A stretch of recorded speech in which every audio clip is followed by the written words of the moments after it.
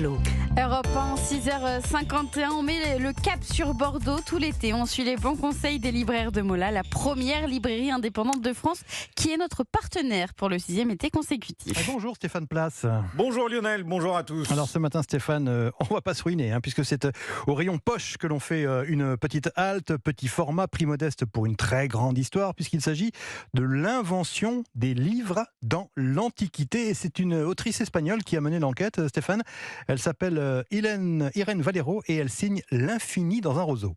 Oui, c'est une grande fresque à travers les ans et pour comprendre l'invention du livre, Irene Valero nous embarque dans un voyage, une machine à remonter le temps qui nous conduit dans la Grèce et la Rome antique. Le très joli titre de cet ouvrage, désormais disponible en poche, L'infini dans un roseau, dit à lui seul l'importance de ce vecteur du récit et des savoirs, devenu rapidement un enjeu de puissance politique. L'autrice espagnole insiste notamment sur le roseau de papyrus qui était pour les Égyptiens une production stratégique puisque ce matériau était le plus utilisé pour écrire. Des rouleaux de papyrus que le lecteur dépliait de la main droite pour accéder au texte suivant pendant qu'il enroulait la partie déjà lue avec la main gauche. Sacrée avancée en tout cas, puisque jusque-là nos ancêtres écrivaient sur de la pierre, de l'argile, du bois.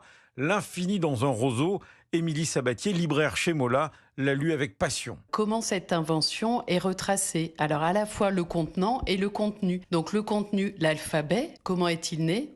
On ne sait pas vraiment. Et le roseau, le papyrus qui va vraiment révolutionner le support et qui va permettre au savoir de se diffuser. Alors c'est vraiment de l'histoire, mais émaillé d'anecdotes personnelles de l'autrice, ce qui en fait vraiment un texte savoureux. Elle retrace avec vraiment précision, avec tous les éléments qu'elle a pu récolter, cette invention. Elle reparle évidemment de la bibliothèque d'Alexandrie, ce lieu mythique, ce projet complètement fou. Et à la fois, elle se raconte, ça en fait un livre hybride, mais qu'on ne peut plus lâcher. Irene Valero nous rappelle qu'Alexandre a conquis le monde, arrimé, écrit-elle, à son exemplaire de l'Iliade.